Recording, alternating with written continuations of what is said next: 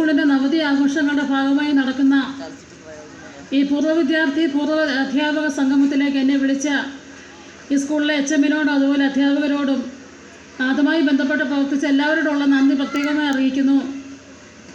ഞാൻ 2007 ഈ സ്കൂളിലേക്ക് വന്നത്. ഈ സ്കൂളിൽ 5 വർഷം പ്രവർത്തിച്ചു.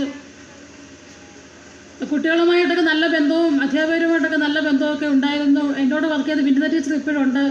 ബാക്കി ആരും ഇല്ല, ട്രാൻസ്ഫറായിട്ട് പോയി, പെൻഷനായിട്ടൊക്കെ പോയിട്ടുണ്ട് ടീച്ചേഴ്സ്. എല്ലാവരും വരുമെന്നൊക്കെ വിചാരിച്ചത്. പക്ഷേ ഞാൻ നോക്കിയപ്പം ബിന്ദുത ടീച്ചർ മാത്രമേ ഉള്ളൂ, വേറെ ആരും വന്നില്ല.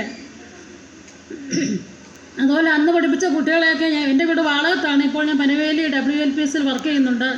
അപ്പോൾ വാളകത്ത് ജംഗ്ഷനിൽ ഇറങ്ങിയിട്ട് വീട്ടിലോട്ട് വരുമ്പം ഈ RV സ്കൂളിലെ MD സ്കൂളിലൊക്കെ പഠിപ്പിച്ച കുട്ടികളെ കാണുമ്പോൾ അവർക്ക് ഭയങ്കര സ്നേഹത്തോടെ ടീച്ചറെന്ന് പറഞ്ഞ് വിളിക്കുകയും നമ്മൾ കണ്ടില്ലെങ്കിൽ അവർ ഇങ്ങോട്ട് വന്ന് വിളിക്കുകയും സ്നേഹത്തോടൊക്കെ ഇടപെടുകയും ചെയ്യുന്ന ഒരു അവസ്ഥയാണ് എനിക്കും പറയാനുള്ളത്.